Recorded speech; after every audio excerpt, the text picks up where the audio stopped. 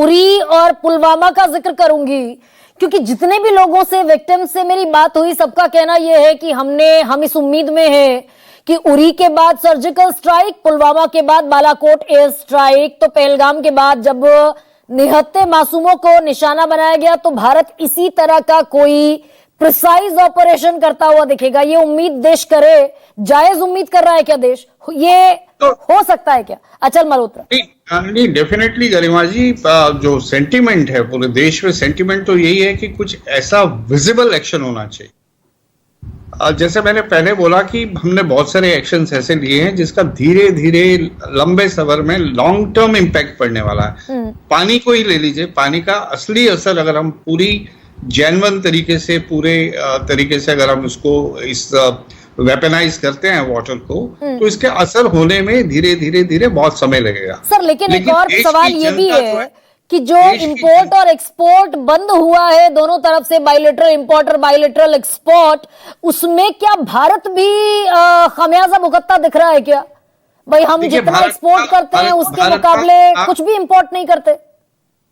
जी, आपने जो स्टैटिस्टिक्स बताई थी उसके हिसाब से हमारा एक्सपोर्ट ज्यादा है। हाँ, ठीक है, ओवरऑल कॉन्टेक्स्ट में जी कहीं ज्यादा है। हाँ। तो उस हद तक जो हमारे एक्सपोर्टर्स हैं उनको तो सेटबैक होना ही है, लेकिन these are very minor cost. I mean, आप देश के पूरे उसमें कॉन्टेक्स्ट में देखेंगे, और जो साइज ऑफ द एक्सपोर्ट्स भी है पाकिस्तान के एक्सपोर्ट से बहुत ज्यादा है, लेकिन ओवरऑल कॉन्टेक्स्ट में अरबों रुपए का व्यापार हो रहा है। I am sure will find some other markets. और नेशनल सिक्योरिटी, नेशनल प्राइड की जहां बात आती है, तो ये छोटी मोटी कॉस्ट जो है वो हमें तैयार रहना चाहिए। बहरहाल ये जरूर है सर, कितना इंतजार और देश करे किसी decisive, very much specific, very much precise action against Pakistan के लिए? मुझसे पूछा आपने? Absolutely sir. नहीं गरिमा जी, मेरा सवाल, इसका मेरा एक स्टैंडर्ड जवाब रहता है कि हमारी एक रिस्पॉन्सिबल सरकार है, पूरी तरह से कॉस्ट बेनिफिट एनालिसिस करके कोई एक्शन लेगी। अब चूंकि हमने बहुत बड़ी बड़ी बातें करी हैं, वो खाली बात करने के लिए बात नहीं करी। जाहिर है हमारी लीडरशिप इस बात को पूरी तरह से गंभीरता से उन्होंने करी है। ऑपोजिशन ने भी इस बार काफी बहुत ही मैच्योर स्टैंड लिया है। ये अलग बात है कि इक्का दुक्का जो है लोग कुछ इस तरह की हल्की बात कर रहे हैं जो नहीं करनी चाहिए, लेकिन ऑपोजिशन का स्टैंड भी बड़ा यूनाइटेड है।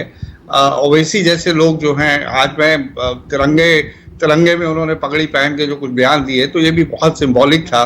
मेरे हिसाब से माहौल पूरी तरह से हमारे साथ है।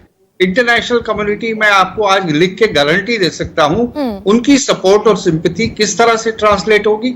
अगर हम कोई सख्त प्यूनिटिव एक्शन लेंगे, तो कोई भी हमारे खिलाफ किसी भी किस्म का कोई एक्शन नहीं लेगा। बहरहाल वो पाकिस्तान को बाय नेम और शेम करेंगे या नहीं करें, इस पे एक बहुत बड़ा सवालिया निशान है। दूसरा ये भी है कि परसुएशन उनकी तरफ से शुरू हो गई है ऑलरेडी।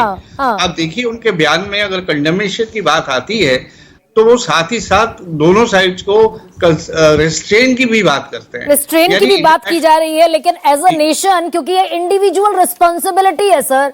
अमेरिका, डोनाल्ड ट्रंप का जो बयान था, उसके बाद कम से कम ये individual responsibility as a nation है कि हमें कैसे रिटालिएट करना है।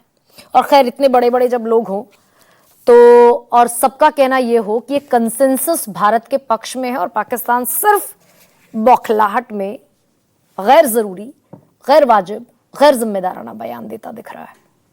सबसे बड़ा सवाल में इतना है। सबसे बड़ा